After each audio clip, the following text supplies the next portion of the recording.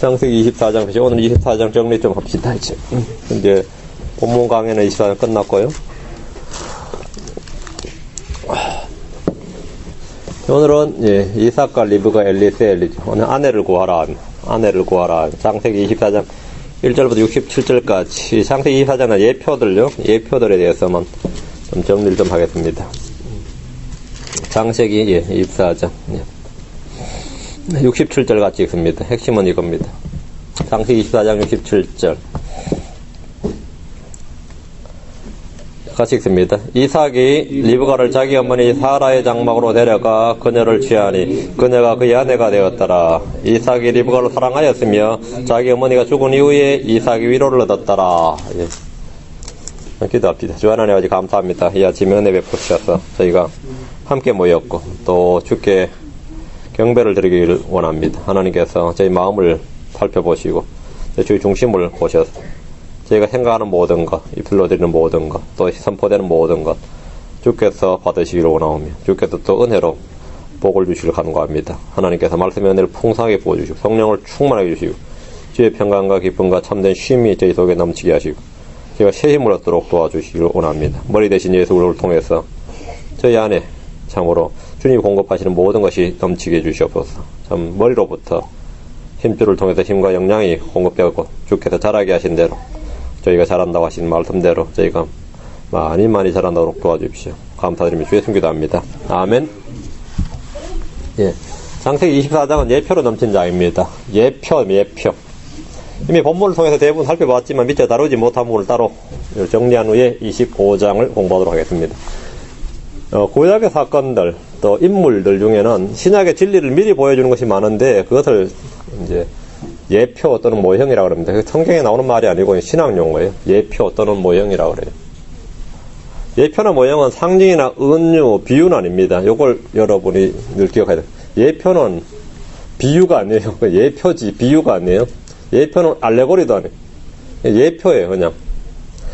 그런데 이 구약을 이거 비유로 생각하면 안 됩니다. 비유, 이건 실제 역사적 사건이지 비유가 아니에요. 실제 역사적 인물, 실제 사건이었지, 이건 상징도 은유도 비유도 아닙니다. 실제 역사적 사건이고 역사적 인물인데, 그것을 통해서 하나님 신약적 어떤 진리를 미리 보여준다면, 그런 것을 이제 예표라고 합니다. 사도 바울이 사라와 하갈이란 두 인물을 통해서, 역사적 인물이죠. 두 인물을 통해서 두 언약을 설명을 했는데, 이것은 예표가 아니고 그건 알레고리라고 그럽니다. 알레고리, 풍류라고 그럽니다. 그것들은 풍륜이라. 이 여자들은 두 언약인데 하나는 신의 산에서 나와 종이 되게 하는 자니고 하갈이라 이런 식으로. 그거는 뭐 우리가 이거 풍류다 비유다 정의할 필요 없는 게 주님께서 친히 그건 풍류라 이렇게 딱 말을 했어요. 설명을 하고 딱 정 내렸기 때문에 뭐 토를 달 필요가 없는 거죠.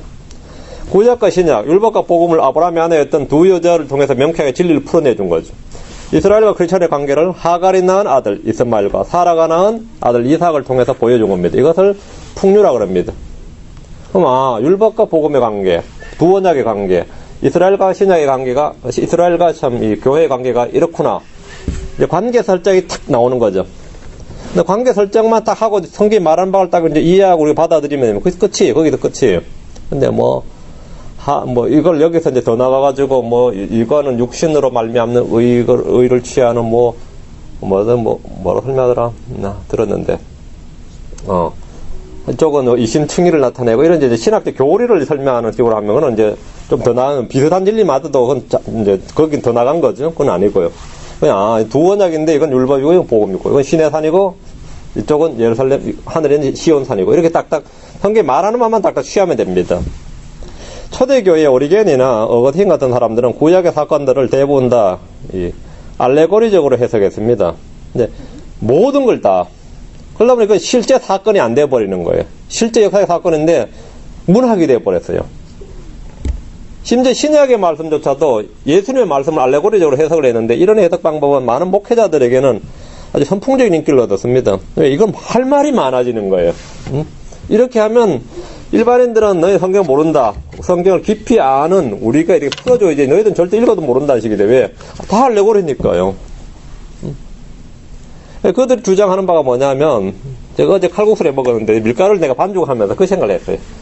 밀이 있는데 이 국수를 해 먹었다요. 근데 그 밀을 먹는 사람이 이거 뭘로 만들었냐 그런데 그것도 밀로 만드는 거다 이거. 근데 오늘 빵을 먹었다 이거요. 그럼 뭘로 먹었냐 그러면 그것도 밀이다 그래. 라면을 먹었는데 이거 뭐냐 그거는. 이것도 밀이다. 맛이 다 다르네. 그렇죠. 그렇지. 이 성경도 밀이란 알갱인데 우리가 요리사가 착착착 해주는 대로 너희가 어? 이렇게 해야 된다는 거예요.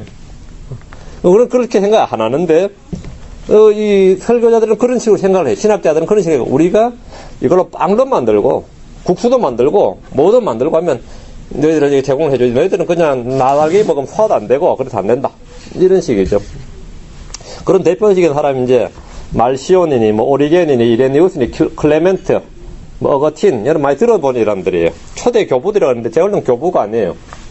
배교자들인데 신학교에서 신학계에서 교부들이라고 그래요. 철치 파더스라고 합니다. 이들이 알레고리 해석의 기초를 놓았습니다. 예를 들어서 포도원 농부의 비유죠. 포도원 농부의 비유에서 첫 번째 부름받은 사람은 이제 형이구나. 우리는 경도하면 뭐 이스라엘과 뭐 신약교회 뭐 이 정도는 이제 대충 짐작을 하던 이런 식인데 포도 농부의 비유에서 뭐 첫 번째 부름을 받은 사람은 창조의 시작, 두 번째 부름 받은 사람은 구약 시대, 세 번째 부름 받으면 예수님 지상 사역 때를, 네 번째 부름 받은 사람은 자신이 살던 당시의 때, 다섯 번째 부름 받은 사람은 말세를 의미한다. 이렇게 그렇게 해석을 했어요. 포도원은 의이다. 주님은 하나님의 영을, 데나리오는 영생을 주는 성자에 관한 지식을 의미한다. 이렇게 해석을 했습니다. 그럴듯하죠. 그런 식으로 하나하나에 전부 다 의미를 다 부여해가지고 한 거죠. 숨겨진 보화의 비유에서는 밭은 성경이다. 보화는 그리스도를 의미한다고 설명했습니다. 초대 교부 중에서 그나마 좀 성경적으로 유명한 사람이 이제 터툴리안이라는 사람입니다. 탕자의 비유를 설명할 때 형은 유대인이고 아버지는 하나님, 동생은 기독교, 유사는 장자권과 지혜를 의미한다. 이런 식으로 해석을 했습니다. 먼 나라에 있는 사람들은 마귀고 돼지는 마귀들이고 돼지도 마귀고 옷은 아담을 통해 상실한 아들들입니다. 반지는 그리스도인의 침내고 잔치는 성찬식이고 송아지는 성찬식에 임재하신 구세주다 하는 좀 심하죠. 소설 같다 이거 느낌이. 근데 이런 해석이 터툴리안 저작에 쫙 나오는데 이것이 몇천 년 동안 많이 알려져 있고 받아들여진 그런 적입니다. 오늘 설교자들이 이런 식의 해석을 굉장히 좋아합니다. 이 클레멘트라는 사람이 알렉산드리 클레멘트라고 그래요. 클레멘트라는 사람은 선한 사마리아에 관한 주의 말을 가르칠 때 선한 사마리아에는 이웃이 대신 그리스도시고 도적들은 어둠의 통치자이고 상처를 입은 것은 두려움과 욕망과 고통과 쾌락 이런 분노나 속임수 같은 사람의 마음에 그 악한 감정이다. 포도주는 다윗의 줄기에서 나오는 피드다. 기름은 아버지의 사랑이고 메어준다는 말은 그 믿음과 소망과 사랑을 의미한다. 이렇게 해석을 했습니다. 이런 해석의 완결판에 해당하는 사람이 이제 오리겐입니다. 이제 이런 것들을 전부 다 정리해서 이제 평생을 이제 이런 것의 연구에 바친 사람인데 오리겐은 선한 사마리아인의 말씀 해결할 때 여리고로 내려간 사람은 아담이고 예루살렘은 천국이고 여리고란 도시는 세상이고 도적들은 요한복음 10장 8절에서 말한 강도와 도적들이고 이 상처를 입은 것은 죄고 제사장은 율법이고 율법은 선지자들이고 말이 이상하죠. 제사장은 율법인데 율법은 또 선지자들이고 선한 사마리아는 그리스도인이 짐승은 그리스도의 몸이고 여관은 교회고 두 데나리온은 성기에 대한 지식이고 여관 집주인은 사도 바울이다. 이거 뭐 성경이 전체야. 그래가지고 너 다시 돌아오는 것은 뭐 선한 사마리아에 돌아오면 그리스도의 재림을 의미한다. 이런 식으로 해석해요. 오늘날 캐톨릭에서 최고의 지성인으로 최고의 신학자로 인정받는 사람이 둘이 있는데 성어거틴이랑 아고스티누스죠. 그리고 토마스 아퀴나스라는 사람입니다. 이 두 사람 어거틴은 초대, 아퀴나스는 중세 사람인데 이 사람은 이 사람의 비유에서는 오늘날 개신교의 목회자들에게 큰 영향을 끼쳤습니다. 오늘 개신교의 목회자. 캐톨릭은 뭐 두말할 필요도 없고 어거틴은 이제 오리겐이 한 선한 사마리아라는 비유구나. 앞에 전대 이제 교부들이 해놓은 것들을 저작 읽으면서 자신 좀 더 완성을 지켜야 되겠다. 이때. 그래서 여리고로 내려간 사람은 아담이고 예루살렘은 평강의 도시 하늘나라인데 아담이 여기서 떨어져 나갔고 강도들은 마귀가 그의 졸개들이고 옷을 벗겼다는 것은 아담이 영생을 상실한 것이고 때렸다는 것은 그를 죄를 짓도록 설복했다는 거고 거의 반을 죽이고 가버렸다는 것은 사람이 육체적으로는 살아서나 하나님을 알지 못한 영적 죽음을 말하는 것이고 이런 식으로 사마리아인은 보호자고 즉 예수를 의미하고 상처를 싸매줬다는 것은 죄를 억제케 해줬다는 뜻이고 기름은 소망의 위로고 포도주는 뜨겁게 열심히 봉사할 것을 권면한 것이고 짐승은 예수님의 육체를 의미하고 짐승에 태운다는 것은 그리스도의 성육신에 대한 신앙이고 주막은 나그네 인생이 쉬어가는 교회이며 이튿날이라는 것은 주님의 부활을 의미하고 두 데나리온은 하나님의 사랑과 이웃 사랑의 두 계명이고 주막주의는 사도 바울이다. 이렇게. 아유, 헷갈리는 것 같아. 재밌지, 이거는. 이렇게 해석을 한 거예요. 그래서 이게 보니까, 이렇게 하다 보니까, 이건 제가 대표적인, 같은 걸 어떻게 사람들이 해석하는가 보여준 건데, 요게 은연중에, 오늘도, 이, 예표를 하면서 이런 방식을 도입을 하는 거죠. 해 아래 새 것이 없다고, 전도서 말씀처럼, 오늘 주석이나 설교도 모두 이전에 있었던 것들입니다. 그러다 마침 루터가 종교개혁을 하면서 성경에서 문자적 의미 외에 다른 의미를 부여하는 것은 바보들의 짓이다 하면서 오리겐 해서 부인을 했는데, 그러다 보니까 설교할 게 별로 없는 거예요. 그런 선한 사마리아 비유할 때는 오리겐이 한 것처럼 또 받아들였어요. 그런 거 할 때는. 그럼 그거를 보면서 이 알레고리적 해석을 굉장히 배척을 하면서도 약간은 남겨뒀는데, 루터는 그러면 이거 어떻게 해석할 거냐? 이렇게 이제 사람들이 이제 막 물었죠. 루터는 너는 어떻게 해석할 거냐? 그거는 뭐, 내가 지금까지 전대 2000년간, 거의 2000년 내로는 그걸 딱딱 부인하고 문자적 해석을 주장했다면. 문자적. 그래서 네가 사마리아인에 대한 본문 한번 해석해보라. 이렇게.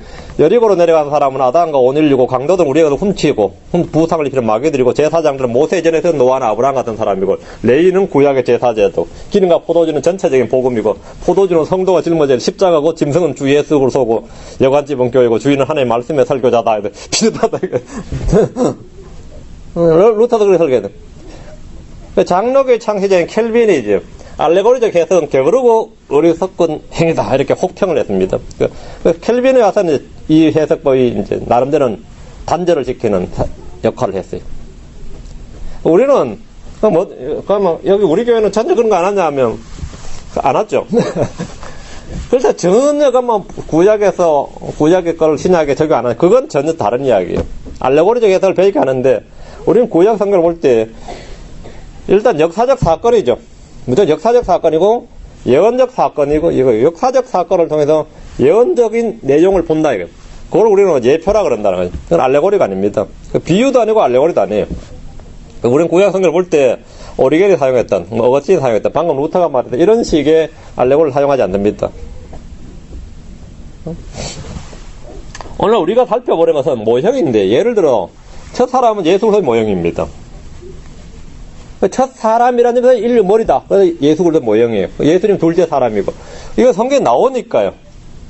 아담, 첫 사람 아담, 마지막 아담, 이렇게 나오니까, 모형이다. 그런 거예요. 그럼 아담은 죄를 지었는데 예수도 죄를 지었냐? 그런 말이지. 그건 전혀 아닌 이야기예요. 모형이라는 것은, 그것은 특징적인 진리 한 가지를 말하는 것이지, 그 사람과 다 일체이 되는 건 아닙니다. 일체는 거 아니에요.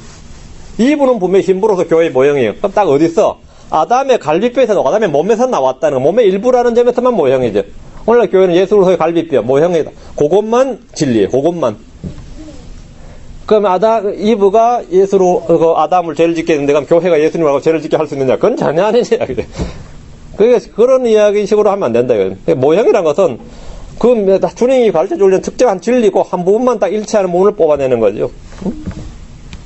아벨은 어린 예수 그리스도의 모형입니다. 아벨은 자기 형제에게 죽임을 당합니다. 그런 면에서 가인은 이스라엘의 모형입니다. 형제에게 예수를 죽이는.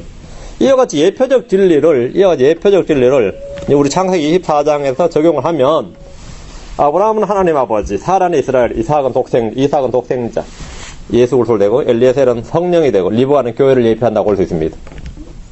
여기서 주의할 것은 예표나 모형. 우리가 이제 앞으로 지금까지 그렇고 설교할 때도 마찬가지. 성경 공부할 때 예표나 모형은 말 그대로 예표나 모형입니다. 모형은 대언이 아닙니다. 모형은 대언이야. 기록된 대언자가만 대언이 아니에요. 대언이 아니다. 모형은 예언이 아닙니다. 이 모든 면에서 모형이면 정확히 일치해야 되지 않느냐, 그렇게 생각하면 정확히 일치하지 않습니다.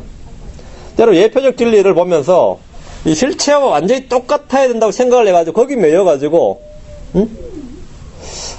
어린 6월달 어린 양이 몇 시에 죽었죠? 예수님도 그 시각에 죽어야 되는데, 그 시각을 맞춰야 되는데, 꼭 그 시각이 아니어도 상관없는데, 아니, 예표인데, 시각을 맞춰야 되는데, 왜 맞춰야 되냐고. 그럼, 제가 형제 하나는 그 시각을 맞추려고, 시각을 구약하고 신약, 예수님 죽은 시각하고 이거 시각 맞춰야 되는데, 어린 양은 아마 무덤이 안 들어갈걸요? 그 어린 양은 3일 만에 부활을 안 할 텐데. 어린 양이 3일 만에 부활하나? 어린 양이 십자가에 매달렸던가? 어린 양은 아마 칼에 죽을 텐데요? 예수님 칼에 안 죽을 텐데? 그 정확히 일치된 거 아니에요? 그 정확히 일치해야 된다고 믿는 게 바보 같은 짓이. 예표는 예표예요, 그냥. 예표는 비유도 아니고, 대언도 아닙니다. 예표에서 우리 그냥 모형을 보는 거예요. 아, 어린 양의 죽음이고 예수님이 어린 양을 불리신다. 이렇게. 그걸 보는 거죠. 응? 그게 다예요. 그 완전히 일치해야 된다고 생각을 하거나, 그래서 막 끼워 맞추려고 하는 건, 그 심각한 오류를 나타냅니다. 출애굽의 6월절 어린 양은 예수님의 모형이지만, 집에서 잡은 양이 무덤에 묻히거나 3일만 부활하지 않습니다. 전혀 그렇지 않습니다. 물론 십자가에 매달리지도 않습니다. 십자가 고사하고 어떤 나무 기둥에 매달리지도 않아요. 예표는 대언이 아니라 모형이고 그림자입니다. 그림자는 본체와 비슷할 뿐이지 정확히 일치할 수가 없습니다. 정확히 일치할 수 없습니다. 그리고 여러분 그림자를 보고 본체는 못 알아볼 수 있어요. 그림자를 딱 보면 그림자만 보면 그렇죠. 이 사람 같은데 이러면 맞죠? 이건 고양이 같고 그림자 보면 뭔가 좀 그림자 이건 사람 같진 않구나 이렇게. 반면에 실체를 보고 그림자를 하건 다 맞춰낼 수 있어요. 실체를 먼저 보고 그림자 하면 여기네 여기 이렇게 맞출 수 있다고. 그림자를 보고 실체는 다 못 맞췄네요. 그림자를 보고.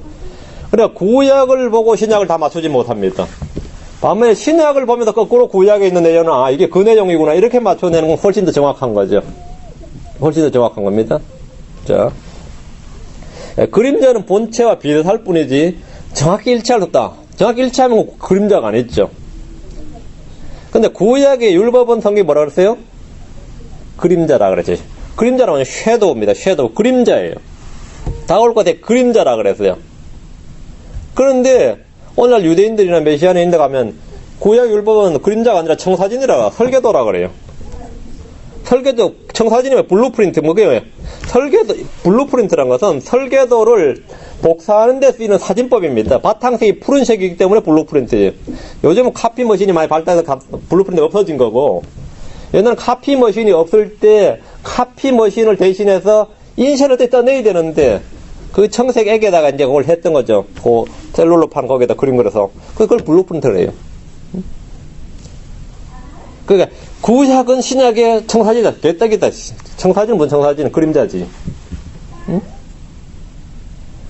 만약 이 청사진이면 정확히 같아야 돼요.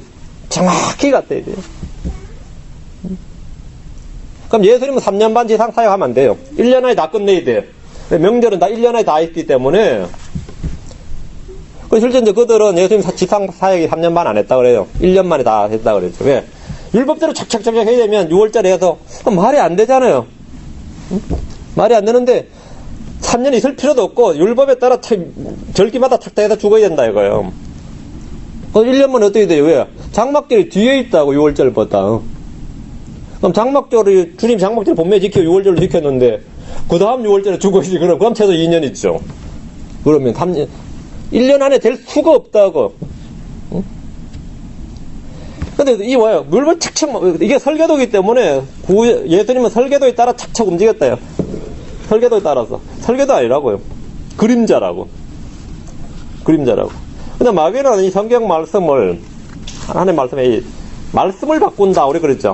말씀을 바꾼다, 이 말은, 의미를 바꾼다는 말이 아닙니다. 단어를 바꾼다는 뜻입니다. 단어를 바꾼다. 우리가 성경은 하나님의 말씀이다 그러면 이거는 하나님에서 나오는 단어란 뜻입니다. 목사님 말씀이 좋아요 그러니까 그것도 말씀이 좋아하는 말은 뭐예요? 저분 참 말씀 잘한다. 참 말씀이 좋아요. 말씀이 한국 사람들이 이 말씀이라고 말할 때 이 말씀은 뭐 점점 메시지나 의미죠. 메시지는 의미예요. 근데 성경에서 주의 말씀입니다 할 때는 그 메시지가 아닙니다. 사상도 아니고 주님의 아이디어도 아니고 주님의 철학도 아니고 주님의 어떤 개념도 아니고 말씀입니다 할 때는 오러클입니다. 워드 단어예요. 이건 주의 말씀입니다. 이게 주님의 입에다 한 단어 이게 주의 입에 나온 단어란 말입니다. 단어란 말이죠. 여러분이 뭐 대학을 나오시면 그 기억나는 게 하나 있을 겁니다. 레니의 전법 중에 하나가 언어 혼란이에요. 용어 혼란, 이중 용어 사용이라는 기법이 있습니다. 이중, 아주 재밌는 말이에요. 사람을 속이기 위해서 반드시 써야 되는 거예요. 우리는 공산주의를 추구한다 그러면 난리 나지. 그러면은 사실은요. 우린 공산주의가 아니에요. 좌익이에요. 그러면 조금 나아요. 우린 좌익에다 사람이 거부해. 우린 좌익이 아니라 진보주의입니다. 그러면 어때요? 단어를 바꾸라고. 공산주의라 쓰지 말라고. 좌익이란 말 쓰고. 좌익도 싫어. 그럼 좌익 쓰지 말라고. 진보다. 우린 진보와 개혁입니다. 나는 민주주의다. 좋죠. 그럼 민주주의를 공격을 못하죠. 저놈들 민주주의야. 그럼 공격이 안 되잖아요. 저놈들 우익이야. 그래요. 그 우익이 어땠어요? 그러면 수구 꼴통이야. 이러면 된다고. 그럼 공격이 된다고. 저놈들은 보수 수구 꼴통이야. 그걸 뭐라 그래요? 용어 혼란으로. 수구 꼴통, 그 민주주의란 말이냐? 그러면, 민주주의 아니야. 수구 꼴통이야. 그럼 너희들은 좌익이지. 그럼, 우리 좌익 아니에요. 진보야. 이런 식으로. 지금 한국 사회에서 보면 나오잖아요. 굉장히 잘 나와요. 그들은 항상 진보라고 그래, 자신들을. 절대로 자기는 좌익이라고 그러지 않습니다. 그럼 결국은 좌익이란 말이잖아, 그러면. 결국은 공산주의란 말이잖아, 그러면. 우리 공산주의를 추구하지 않아. 공산주의 아니야. 공산주의. 너 결국 종북주의잖아. 우리 종북주의 아니다고. 우린 통일주의다, 이렇게. 종북주의라고 난리 나지. 북한을 따르는 사람, 이러면 난리 나니까. 그러면 안 되죠. 공격이, 안 되니까 우리는 통일을 추구하는 사람이다, 이거. 그니까 네 우익이지. 나 우익 맞다고. 우익 좀 듣기 싫대. 그럼 그 공격이 안 되면 어떻게 합니까? 신문도 많이 나와요, 보면. 친일파야, 이래 나온다고. 친일 매국노다, 이러면 그게, 이거를 시키는 거예요. 그러면, 민주주의, 우익, 요건 후꼴통, 요놈 친일 매국노. 요렇게. 공격 그렇게 해요. 이걸 이중 용어 사용, 언어 혼란, 용어 기반인데, 마귀가 전반적으로 사용하는 방법이 영적으로 똑같습니다. 하나의 말씀에 단어를 싹 바꾸는 겁니다. 단어를 바꿔줘요. 어휘를 바꿔줘라 이거예요. 어휘를 바꿔줘라. 그 단어가 더하거나 빼거나 바뀌는 것이 부패입니다. 더하거나 빼거나 바꾸면 부패예요. 같거나 비슷한 의미의 말씀도 다른 단어로 싹 바꾸면 그게 바로 혼란이고 부패고 이중용어의 사용이죠. 말씀이 메시지로 바뀐다요. 천사를 사자라 그래요. 응? 주의 천사하고 주의 사자는 같은 말이 아닙니다. 같은 의미여도 그거는 같은 하나의 말씀이 같은 하나의 말씀이 아니에요. 무슨 말이죠? 그건 같은 전혀 다른 말이에요. 응? 성경은 하나님의 말씀이지 하나님의 의미가 아니에요.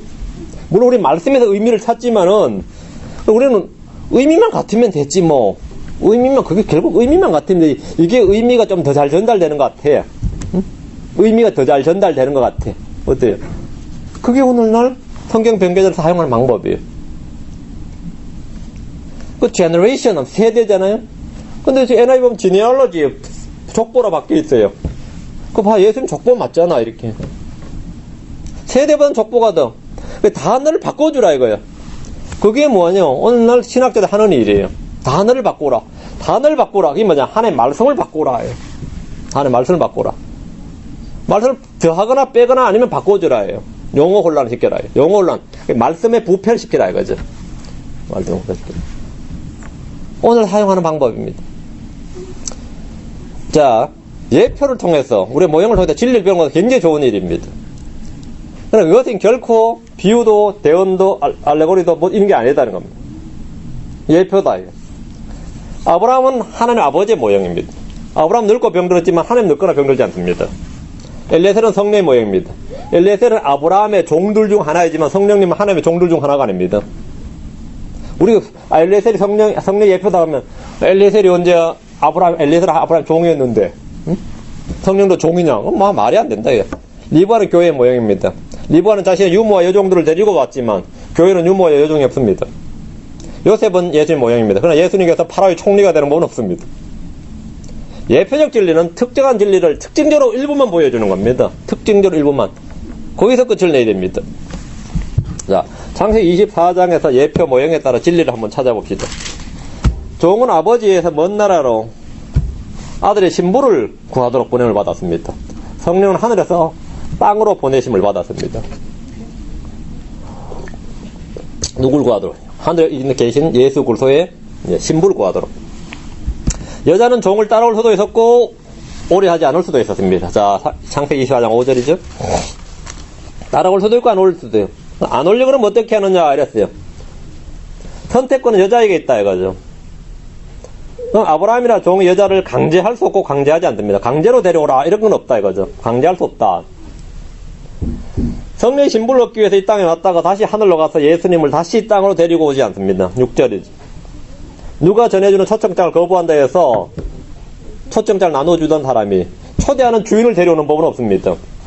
그런 법은 없죠. 우편 배달부는 편지나 카드를 전해주지만 수치 거부자가 난 수치를 거부했다 이거. 그럼 다시 가서 그 편지를 보낸 아니 카드를 엽서를 보낸 주인을 데려오지는 않는다 이거. 거부하면 그냥 리턴 되는 거지. 그죠? 데려오지 않는다 이거.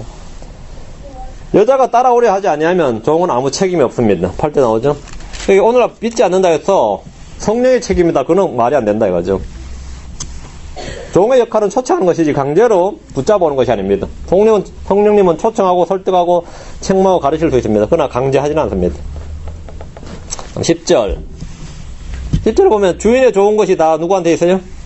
종에게 있습니다. 청지기였기 때문에 이제 다 종의 손에 있었습니다.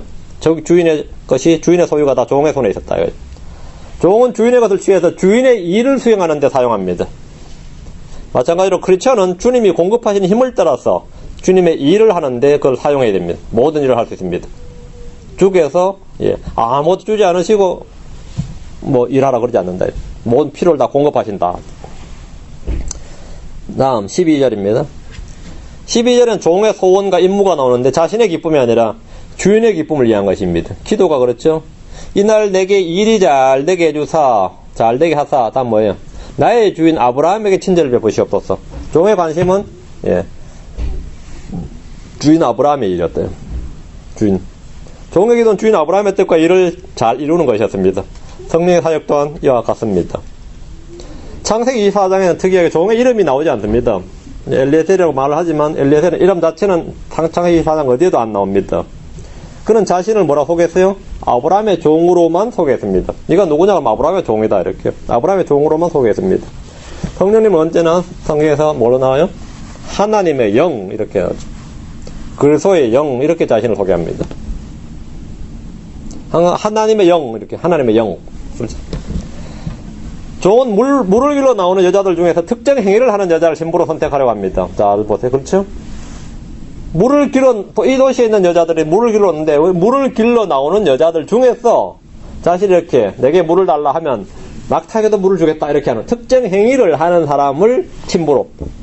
그거 안 하면 꽝이에요. 우물가로 나온 모든 여인들 중에서 자신의 말에 특정한 반응을 보이는 사람을 좀 찾는 겁니다. 기도할 때. 성령 모든 사람들 위해서 복음의 말씀에 특정한 반응을 보이는 사람을 찾습니다. 그 사람이 신부예요. 그게 믿음 있죠. 특정한 반응을 보이는 사람. 은혜로 주시는 구원의 전제 조건은 믿음입니다. 말씀을 전할 때 그 말씀을 믿는 것이 하나님의 일입니다. 믿는 것이 하나님의 일이다. 요한복음 6장 29절에 하나님 일은 아들을 믿는 것이다 그랬어요. 16절입니다. 교회를 예표하는 리브가가 나오는데 리브가는 순결한 처녀였습니다. 심히 아름답고 지금까지 남들 알지 아니한 처녀더라. 순결. 고린도후서 11장 2절에 교회는 순결한 처녀입니다. 종이 22절로 갑니다. 22절. 종이 마음대로 사용하는 풍성한 재물은 아버지 아들의 것입니다. 그것은 성경에서 유업의 보증을 의미합니다. 유업의 보증입니다. 유업의 보증. 다음 23절입니다. 23절 말씀에 이르되 너는 누구의 딸이냐 원하건대 내게 말하라. 내 아버지의 집에 우리가 묵을 곳이 있느냐 했죠. 그 증인을 받아들이겠느냐 이 말. 증인은 엘리에셀은 증인이었습니다. 증인이고 사역자 말씀은 증인이었죠. 자, 증인을 너희 집에 너가 받아들이겠느냐. 증인을 받아들이고 거부하는 것은 그의 자유입니다. 이것은 신약에도 계속 나옵니다. 마태복음 10장 14절에 누구든지 너희를 받아들이지 아니하고 너희 말을 듣지 아니하거든 너희가 그 집이나 도시에서 떠날 때 너희 발에 먼지를 떨어버리라 하였죠. 우리 마음속에 주님이 들어와 묵을 방에 있는가 이거. 예수님이 이 땅에 오셨을 때 예수님 방이 없어서 마구간에 태어나셨습니다. 예수님 지금도 문 밖에서 두드리고 있다 그랬습니다. 두드리고 있다. 증인을 받아들이겠느냐 이거죠. 받아들였냐. 25절 리브가는 증인을 종을 흔쾌히 자신의 집으로 받아들였습니다. 오라고 웰컴이었어요. 28절 리브가는 자기 집으로 가서 증언을 냈습니다. 증언을 냈습니다. 자신에게 일어난 일을 선포하는 겁니다. 자신에게 일어난 일을 선포하라. 오늘 사마리아 여인도 자신에게 일어난 일을 선포했죠. 마귀 들렸다 고침받은 사람 나오죠. 마가복음 5장 19절에. 주님께서 그 사람은 주님을 따르겠다고 했는데 주님께서 허락하지 아니하시고 뭐래. 집으로 내 친지들에게 돌아가 주께서 너를 위해 얼마나 큰 일들을 행하시고 너를 불쌍히 여기셨는지 그들에게 고하라. 증언하라. 자신에게 일어난 일을 고하는 것. 그 증인이지. 리브가는 바로 그렇게 증인으로 이제 돌변한 겁니다. 29절 31절. 리브가의 증언으로 가족들이 믿게 되었습니다. 믿게 되었어요. 이 리브가의 말로. 리브가는 아브라함과 아들 이삭에 대해서 잘 알지 못했습니다. 그러나 종이 해준 말은 반복해서 말할 수 있었다. 30절이죠. 리브가는 지금 아브라함이 누군지 이삭이 누군지 잘 몰라요. 그러나 엘리에셀을 만났고 엘리에셀이 자기한테 금팔찌를 줬고 엘리에셀이 자기 해준 일 이거는 계속 말할 수 있었다. 반면 말할 수 있다. 이거지. 라반도 마찬가지예요. 라반은 아브라함과 이삭에 대해 잘 몰랐지만 종과 종이 준 놀라운 선물들은 볼 수 있었습니다. 그래서 우물가로 달려왔죠. 다음 32절 34절. 종은 먹고 쉬는 것보다 자신이 받은 사역을 우선적으로 했습니다. 내가 일을 마치기 전에 안 먹겠다. 이거. 음식 차려놨는데 음식부터 먹고 나서 천천히 이야기하자가 아니라 자신의 일을 먼저 처리하고 먹었죠. 종은 먹고 마시는 것, 먹고 쉬는 것보다 자신이 받은 사역을 우선적으로 했습니다. 리브가의 증언을 믿고 사역자를 받아들이면 자세한 내용은 뒤따라서 옵니다. 35절 41절은 부가사항이죠. 나는 아브라함의 종인이다 시작해서 41절까지가 쫙 이제 성령의 증언이다. 엘리에셀의 증언인데 이제 상세한 내용이 나오죠. 어떻게 내가 여기 왔고 어떻게 이 리브가를 택했고 이게 하나님 어떻게 사역했고 이게 쫙 이제 나온다 그래. 그리고 예수를 믿은 후에 복음의 진실한 내용과 그 실체를 다 알 수 있는 겁니다. 맞죠? 그 상세한 내용을 알 수 있어요. 하나님께서 우리를 어떻게 사랑하셨고 예수를 보내셨고 십자가에 죽으셨고 뭐 이 신학적 내용이나 성경 내용은 처음에 일단 받아들여야지 그 다음에 깊이 알 수 있는 거예요. 이걸 다 알고 나서 믿는 게 아닙니다. 다 알고 나서. 그거는 리브가나 라반 다 마찬가지예요. 상세한 내용이 뒤따른다 이거지. 상세한 내용이. 증언을 믿고 사역자를 받아들이면 자세한 내용이 따라서 온다. 그 자세한 내용들이 더 깊이 알려지는 겁니다. 성도들도 마찬가지입니다. 그럼 리브가는 이제 40에 47절에 우물 곁에서 자신이 한 일과 자신에게 있었던 일이 그냥 자신은 그냥 이렇게 했을 뿐인데 그것이 무엇이었는지 후에 자세히 알게 되었습니다. 자신이 한 일이 그 사람이 왜 내게 그렇게 물었고 내가 한 일에 대해서 왜 그런 반응을 보이고 이게 자세하게 알게 되었어요. 그 들어보니까 이게 그냥 자기가 그냥 물 길러서 물 떠준 이야기가 그냥 그게 아니었던 거죠. 영적 의미를 알게 되었어요. 구원을 받은 후에 자신이 받은 구원과 복음에 대해서 자세히 알 수 있습니다. 구원을 받은 후에 비로소 내게 그때 그 일이 왜 일어났고 그런 걸 자세히 알 수 있는 거예요. 자세히 알 수 있는 거죠. 49절입니다. 사역자는 49절 사역자는 뭘 요구한다? 선택과 결단을 요구합니다. 전도의 핵심은 전한 후에 선택과 결단을 요구하는 겁니다. 결단을 요구해요. 자, 어떻게 할 거느냐, 이거. 결정을 요구해요. 올바른 선택에 따른 보상이 주어집니다. 53절이요. 올바른 선택에 따라서 보상이 주어졌어요. 성도들에게는, 올바른 선택에 따른 뭐가 주죠? 구원에 동반되는 은혜가 있습니다. 54절. 종은 신부를 데리고 아버지 집으로 돌아가려고 합니다. 자, 이제, 리브가를 데리고 집으로 돌아가려고 그래요. 그랬더니만, 방해물이 생겼네. 55절. 신부가 떠나지 못하도록, 멀리 가지 못하도록 붙잡는 것이 있습니다. 못 가도록. 라반이나 그 아버지나 그 가족들이 결혼을 반대하지는 않았습니다. 그러나, 지금 당장 떠나는 것은 반대했어요. 열흘간 더 머물러라. 여기 좀 더 있다가 가라. 이렇게. 마찬가지로 네가 예수 믿는 건데 부인하지 않겠는데 지금은 네가 일을 해야 될 때이다. 지금은 교회 갈 때가 아니고 그건 나중에 은퇴해서 생각해보고 지금은 아니다. 뭔가 붙잡는 게 있어요. 나는 그렇게 반기독교는 아니에요. 단지 지금은 하지 말라 이거. 응? 지금은 하지 말라. 좀 더 있다가 하라. 물론 마찬가지로 헌신을 하려고 그러면 주를 위해서 진짜 몸바지 다 하고 싶은데 그러면 지금은 좀 시간이 아니지 않냐, 때가 아니지 않냐, 이렇게. 뭔가 붙잡는 게 있다, 이거야. 그게 뭐냐, 옛생활과 습관이죠. 나중에 하겠다. 좀 더 이따가 하겠다. 대표인 사람이 파라오 같은 사람이죠. 개구리로 그렇게 고통을 받았으면 모세가 와서 언제 물려줄까 그러니까 하룻밤만 내일만 돼. 개구리와 하룻밤만 더라 그러잖아. 개구리와 하룻밤만 더. 하룻밤 더 지나고. 지금 당장 나우가 아니에요. 응? 나중에 그래. 나중에. 이런 거 너무 많죠. 응? 이런 거는 좀 예표적 일입니다. 교훈을 얻는 거죠. 자, 56절 58절.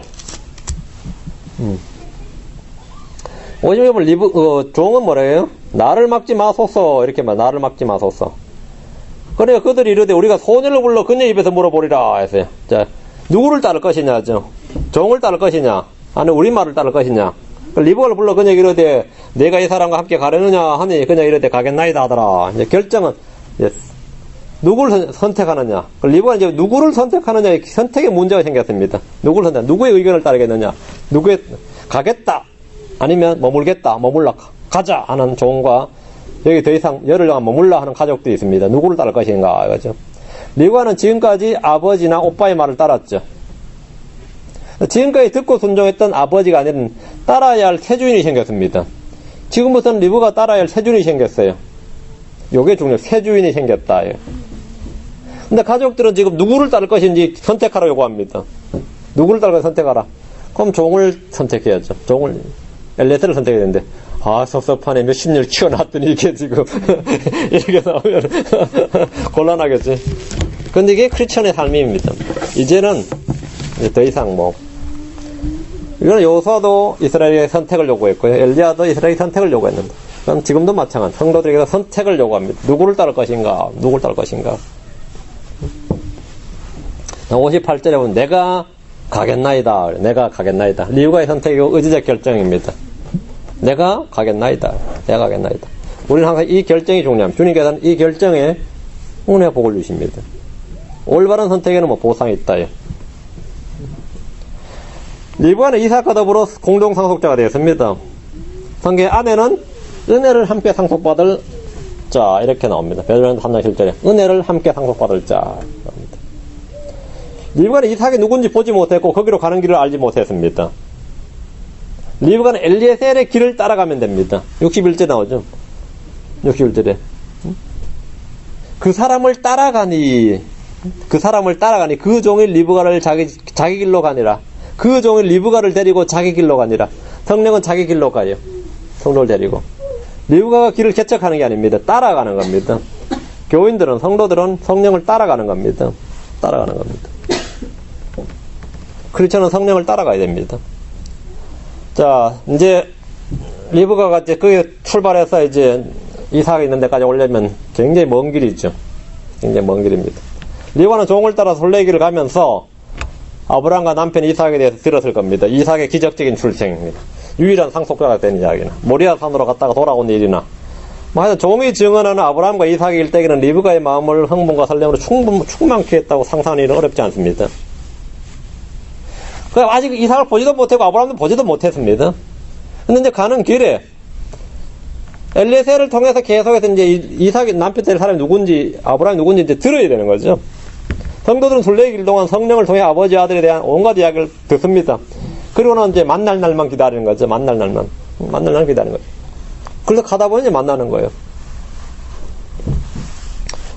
64절, 65절. 리브가는 보지 못했으나 믿고 사랑했습니다. 보지 못했다. 리브가는 이삭의 아내가 되기로 결정한 순간 이미 이삭의 정혼자고 아내였습니다. 아직 보진 못했어요. 그러나 믿었습니다. 자, 65절입니다. 리브가는 탁월한 미모의 소유자였습니다. 보기 심히 아름다웠다 그랬어요. 그래서 남편이 나설 때, 이삭할 때, 남편 앞에서 자신의 아름다움을 자랑하라 뽐내는 것이 아니라 겸손했습니다. 65절 말씀 자세히 보세요. 나의 주인으로소이다 하니까, 그러면 리브가가 베일을 취하여, 뭐라 돼 있어요? 베일을 취하여 자기를 가리니라 이래 됐죠. 자기 얼굴을 가리니라가 아니고 자기를 가리니라. 자기 자신을 가렸습니다. 자기 얼굴 가린 게 아니고 이관은 자신의 얼굴을 가린 것이 아니라 자기를 가렸습니다. 우리는 주님 앞에서 자신을 낮추고 가려야 됩니다. 자신을 낮추고 가려야 됩니다. 66절 종은 아들에게 자신이 한 일을 모두 보고했습니다. 그 종이 자기가 행한 일을 모두 이삭의 고함에 다 보고했습니다. 우리는 종으로서 우리가 행한 모든 일을 다 회개보고해야 됩니다. 다 설명해야 됩니다. 이삭은 리브가를 장막으로 인도했습니다. 리브가가 왔을 때 그때 장막을 지은 게 아니고 종들 시켜서 장막 지어라 왔다 그게 아니고 이미 장막에 있었습니다. 리브가 왔을 때 이미 그녀를 위한 방은 예비되어 있었습니다. 저 하늘에 성도들이 거할 처소가 이미 예비되어 있습니다. 주님께서 맨션을 예비하러 간다고 그랬습니다. 67절 이삭은 아내를 사랑했습니다. 종에게 뭐 이런 여자를 데려왔냐 그러지 않았어요. 그거는 해당사항이 없는 이야기예요. 이삭은 아내를 사랑했어요. 근데 특이한 점은 여기서부터 종은 더 이상 언급되지 않습니다. 이삭과 리브가 이야기 나올 때 종은 이제 출연해서 이제 아웃 오브 사이트다 말이죠. 예. 창세기 24장은 또 뭐 이 외에도 결혼에 대한 영적 교훈들이 매우 많이 있습니다. 오늘 청년들이나 부모님들은 이 말씀을 통해서 결혼에 대해서 교훈을 많이 뽑아낼 수 있습니다. 배움을 얻을 수 있습니다. 모험을 얻을 수 있어요. 자, 다음 시간에 25장을 하기로 하고 오늘 여기까지 정리합시다. 예. 교훈은 여러분들이 성경을 영적으로 적용하고 교훈을 받는 배움과 훈계를 얻기 위한 것입니다. 예, 교리가 아닙니다. 위대하시 거룩한 주 하나님 아버지 감사합니다. 주께서 은혜와 복을 주셔서 주의 말씀으로부터 많은 배움을 얻기를 원합니다. 좀 더 깊은 진리의 지식을 저희 가운데 허락해 주시고 늘 깨닫는 마음을 주시고 또 저희가 배우고 확신한 것 듣고 배우고 확신한 것에 저희가 꾸준히 가하고 붙들도록 해 주십시오. 감사를 드리며 주의 승 기도합니다. 아멘.